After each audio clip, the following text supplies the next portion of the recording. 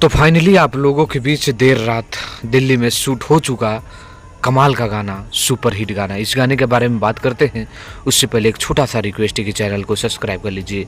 देख लीजिए खेसारी लाल यादव इस बार भी नंबर 1 रहे। इंस्टाग्राम पर 1 नंबर पे ट्रेंड कर रहा है कैसे रहब बिना माई के नवरात्र का ये विदाई गाना। तो आप लोगों का प्यार रहा।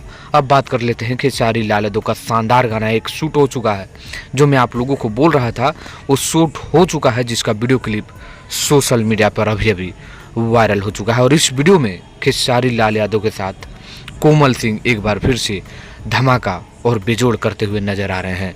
दोस्तों आप लोगों को बता दें कि ये गाना पूरे तरह से तेजी से वायरल होने वाला है, क्योंकि इस गाने पे बहुत ही मेहनत किया गया है। बस आप लोग बने रहिए। आज रात तो पार हो चुका, लेकिन कल शाम तक आप लोगों के बीच खेसारी लाल यादव की इस गाने का पोस्टर आ रहा है। एकदम धमाल मचा देना है। ट्रेंडिंग स्टार ऐसे ही कहे जाते हैं, लकीर पे लकीर खींचते हैं और आगे भी खींचते रहेंगे। क्या कहना है इस गाने के बारे में, आपको क्या लगता है? क्या ये भी गाना हिट होगा? तो कमेंट करिए, वीडियो को लाइक करिए, शेयर करिए। धन्यवाद।